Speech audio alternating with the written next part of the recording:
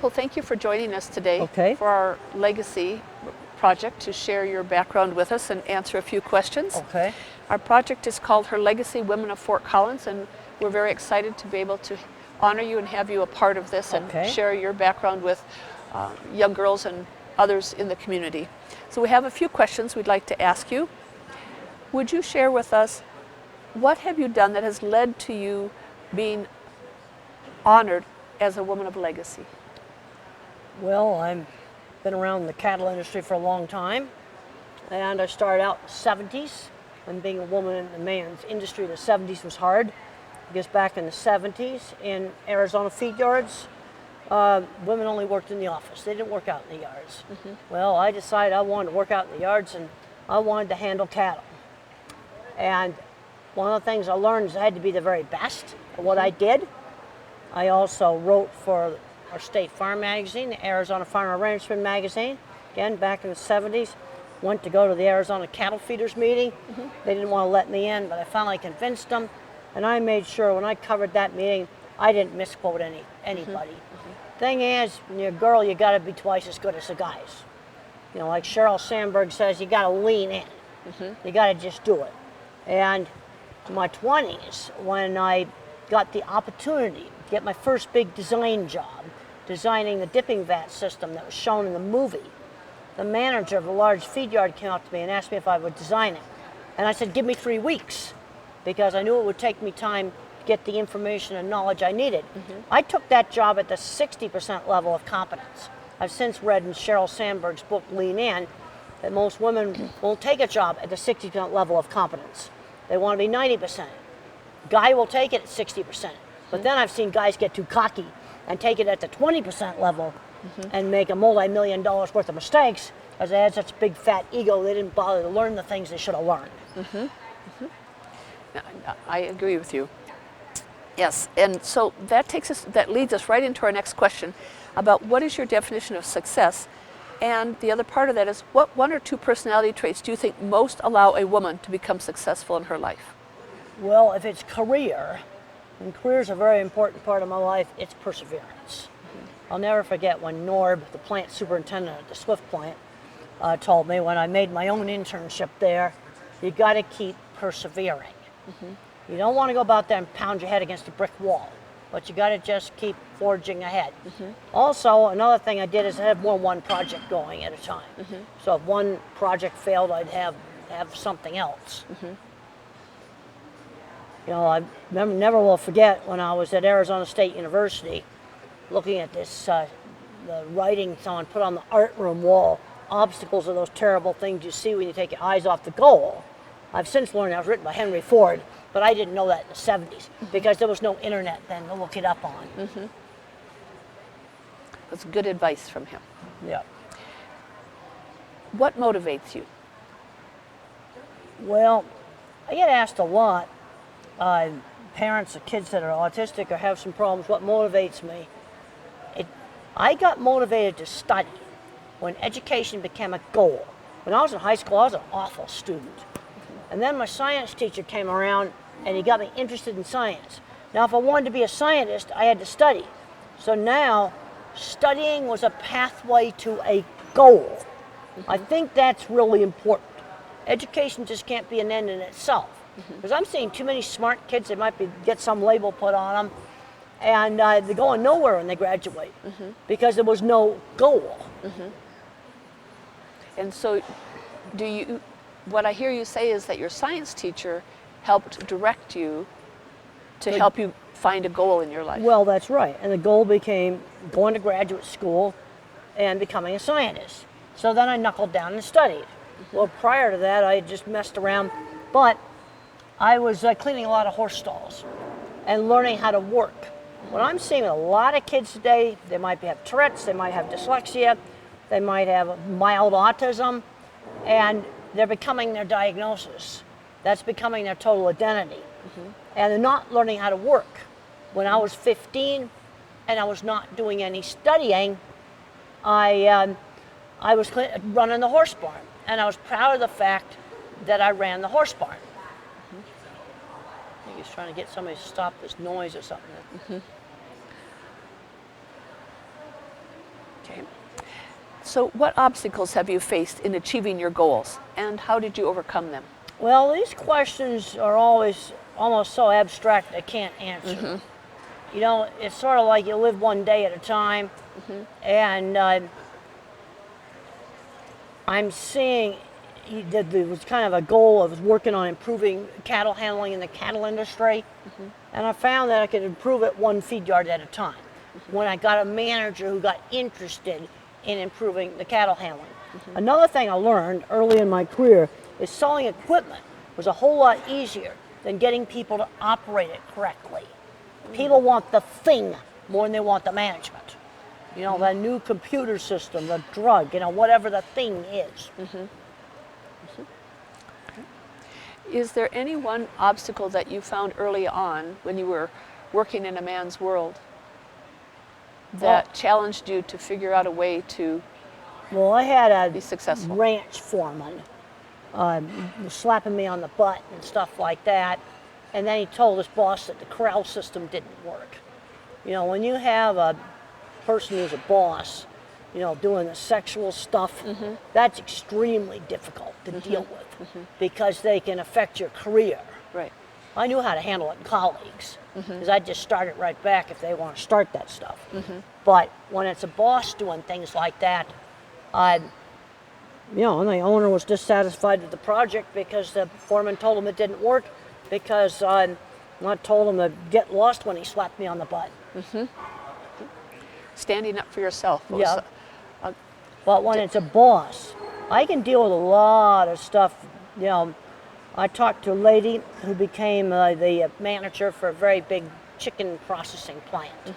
She was rather young, and I said, "How'd you handle all the guys?" "Well, I'm the plant manager, and I had to join the little boys club." But when you get that kind of stuff going on, it's a boss doing it to you. That's extremely difficult. Yes. Because they can affect your career. Right. So what has been your greatest accomplishment, do you think, in your endeavors? Well, when it comes to improving how animals are traded, I first thought I could do it all with equipment. That's what I thought in the 70s when I was in my 20s. Then I started training employees. But then I learned how to train managers because you get managers to buy in. But the thing that made the biggest amount of change was when I worked for McDonald's on implementing their animal welfare program. I developed a very simple scoring system for evaluating meat packing plants for animal welfare. Scores like vocalization, squealing in pigs, electric pride use. And when I had the power of McDonald's behind me in 1999, I saw more change than I'd seen in my whole life prior to that. That was a massive big tipping point. Now people had to operate equipment I had designed correctly. And did you create the training programs then as well? Yes, I created a lot of training programs. And now I spend most of my consulting time working with the buyers. And we got to have sensible stuff.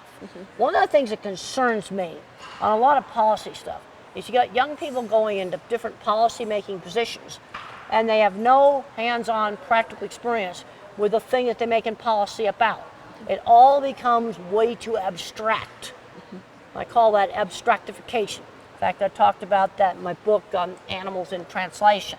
You know, if you're going to make policy about something, anything, I don't care what it is, you better get out in the field and find out what that policy's going to do to different types of people out in the field. And to me, that would be common sense. But that's not happening. But now, students are even getting more abstract because they're not doing hands-on things anymore. Just the other day, I read in the paper that Home Depot has to come out with a video on how to use a tape measure because that was a top search term of stuff people wanted to know. It's a sad commentary on how things have changed. Well, I think it's also going to make more problems with making practical decision making about a lot of stuff because it gets too theoretical. I had a young freshman come up to me, called me up on the phone and said, "Well, can you make slaughterhouses perfect?" I said, "I can't make anything that's in the practical world perfect. I can make it really, really good, to a really high standard, but I can't make it perfect. Perfection's not possible with something in the practical world, anything." And you're dealing with human beings who are creating the end result. it's not you creating the end result necessarily. It's you have to rely on everybody else who's actually working in that plant to follow that's right. through. That's right. And I've worked in a lot of plants, and the plant manager makes a really big difference. Back when I was doing those McDonald's audits in 1999, we had 75 plants on the approved supplier list. Only 3 had to build something expensive. We were able to fix most of them with a lot of simple changes like non-slip flooring. But 3 plants out of the 75, they had to get rid of the plant manager. Nothing was going to change until he was gone. And I think we see that, don't we, in most big companies, that the culture starts at the top. Well, the top sets the tone for the whole place. And the top has also got to drill down, find out what's going on, out there in the trenches in whatever the company is. You can take hotels, for example. I go around to a lot of hotels, and I can see which brands where they just weren't sending out enough mystery shoppers, and things were starting to slip. Starting at the bottom and learning what's working and what isn't is a good idea with the mystery shoppers. You better make sure that what you claim you're doing, you're actually doing. Right, thank you. What has inspired you the most in your life? And how have they done that? Who or what has inspired you the most in your life? Well, when I was young, the most important people in my life when I was in high school, it was my aunt out at the ranch and Mr. Carlock, my science teacher. And I was not doing very much studying. I didn't see the point in studying. But Mr. Carlock got me interested in all kinds of optical illusion things I could build. And then I became motivated to become a scientist. Then I knuckled down and I studied. And then out on my aunt's ranch, I got exposed to the beef cattle industry. I get asked all the time, how did you get involved in the cattle industry? I was exposed to it. Students get interested in careers they get exposed to. If you're not exposed to it, you're not going to get interested in it. Right. And they don't have enough options to consider. I'm concerned about all the hands-on things taken out of the schools. Woodworking, welding, auto mechanics, cooking, sewing, theater. These are all things that can go into careers. I think there's way too much emphasis on sports. Most of these kids are not going to have sports as a career. I think something's wrong when a high school spends $400 on sports stuff, $400,000, excuse me, spends $400,000 on sports stuff, then cuts band due to lack of funding, and you're much more likely to get a career in music than you are playing sports. I agree with you.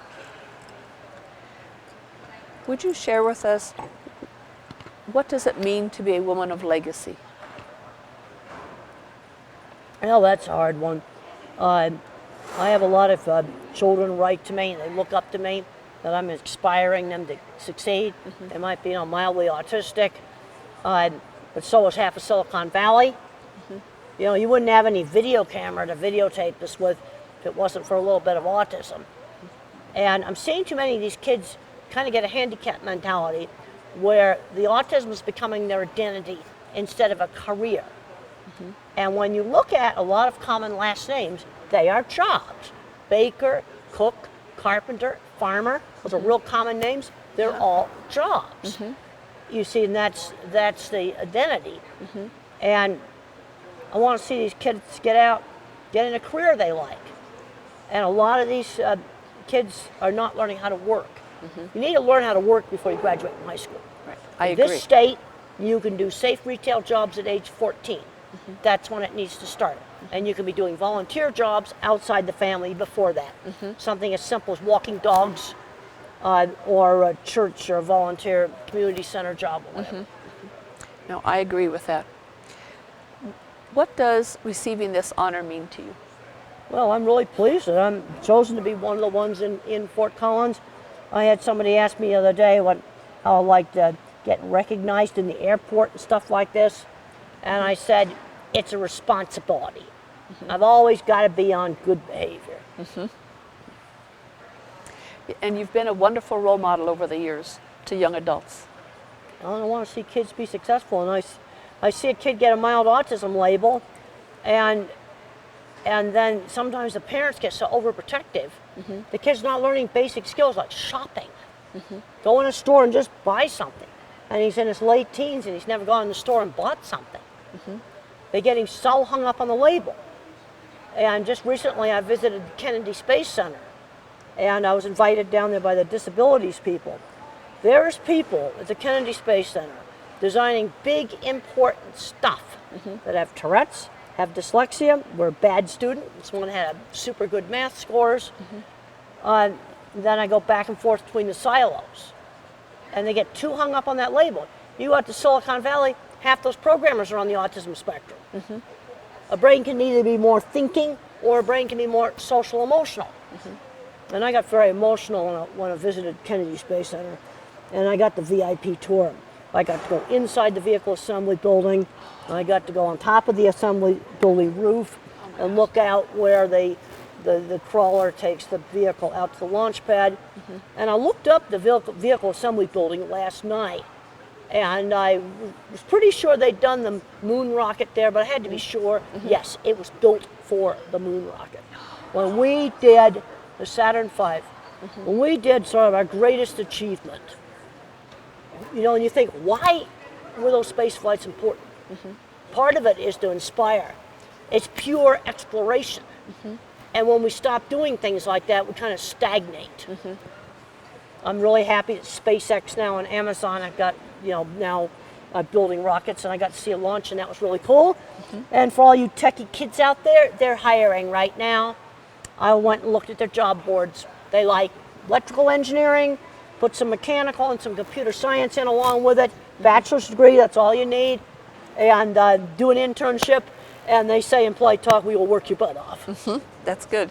We were visiting before we started the interview. We were talking about the importance of young adults having internships and experiences. Oh, I think internships are really important. You know, when I was in college, my mother and the teachers, we made up our own internships. In the 70s, internships were not formal things. And I actually made my own internship at the Swift plant in Arizona, now at the feed yards. But when I was in college in the late 60s, I did an internship at a research lab where I did a research with pharmaceuticals on mice. I was a aide for an autistic child. I was out at my aunt's ranch. Now, internship programs, every department has them, and we have lots of them in animal science, all different parts of the beef industry. Students need to do these internships so you can try on careers. Find out what you like, find out what you hate, but try on careers. I agree. Those experiences are very important. Our last question is, what advice would you give to a young woman today who is trying to find the path to achieving her goals? All right, give me an age. Let's say high school, 9 through 12. 9 through 12, get out and volunteer at different stuff. Again, I'm so concerned about all the hands-on classes that have been taken out because those classes provided opportunities to try on stuff. Well, theater, for example, that's a career that's not going to get replaced with you know, artificial intelligence or computers. Plumbing, woodworking, auto shop. There's huge shortage right now of people that do these things. But you're not going to know whether you like it unless you try it. And unfortunately, the schools have removed the chance to try it. Also, I think these things teach practical problem solving. Hands-on stuff teaches a reality. Sometimes the stuff you do doesn't always work. So then you got to figure out how to make it work. In fact, we were discussing at lunch what I'd like to see for a robotics competition so our low-income kids could get into it. I'd like to see a $200 limit placed on the price of the robot. So you buy the electronics, but let's go out and get old forklift pallets and bicycle chains and just scavenge old junk and figure out how to make a robot do something. You know, have like a junkyard class. And I think that would challenge creativity more than going and buying expensive parts to duplicate a box handling system we got at the Cargill plant. Right. And the other thing that it does that we talked about briefly was the communication skills that are being challenged for young adults as they grow up with computers and iPads and all of that. We have got to have time away from phones. I have been reading some of the journal articles on the suicide and the depression. Teens that spend too much time on electronics and media. It has skyrocketed. It's gone up like 3 times. Got to get these kids off of this. not suggesting banning it. No, hour a day for social media. You can still do it, but they need to be doing other things, learning how to communicate. I have been a professor at Colorado State for 26 and a half years, and I notice now when I ask a student to call me, they're more reluctant to call me. Well, learn how to use that phone helped me get my business started, because I'd cold call meat companies when I found out they were doing remodeling. That's how I sold Cargill in the late 80s.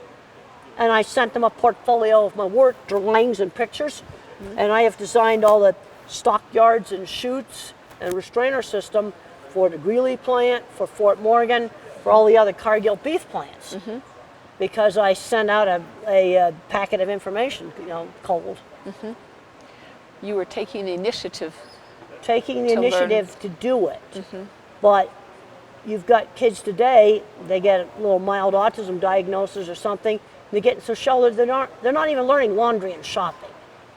It's just ridiculous.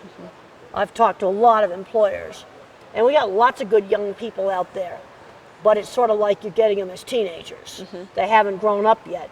I talked to a company that hired a meat company that hired undergraduates, business majors, and these kids thought they could email grocery stores and tell them how to set up the meat case. They pulled them out in the stores and they made them set it up. So they take all the meat, tray packed meat, and put it in the case like this. You can't see it, and there's going to be a watery mess down the bottom of that pack. Right. So what happened a year later, 2 years later? One of them discovered sales, one of them ended up doing computer office stuff, and one ended up quitting. But they're just not getting enough hands-on stuff doing stuff. Also, another thing they did in the office is they were forbidden to text or email in the office. You had to go walk over to the other cube and talk to someone. Well, I think those are wonderful examples that we've talked about today. Thank you very much for taking your The time other to thing share you got to this. do is as Sheryl Sandberg says, you got to lean in. You got to speak up at meetings. That's something I was never bashful about doing that. Well, thank you very much for your time today. Okay, it's good to talk to you. Thank you very much. We appreciate everything that you've done, and especially for young girls, to help encourage them, and young men to encourage them to get out and about. I have young students, some of them that are really getting out in meat plants for the first time, and they're finding out they're liking it. Like, go out in the middle of the night to find out how much space cattle need to lie down at night. So Helen's out there 2 o'clock, 3 o'clock in the morning trying to get a GoPro fastened on a catwalk. If she goes up on the catwalk, the cattle get up. Right. So she's got to put the GoPro up there in the daytime, and then come back at night and hope she can trigger it with her cell phone when all the cattle are laying down, because you walk on the catwalk to get up. They're gonna. She found out she liked doing that stuff. Yeah. Wonderful experiences. Okay. Thank you very much.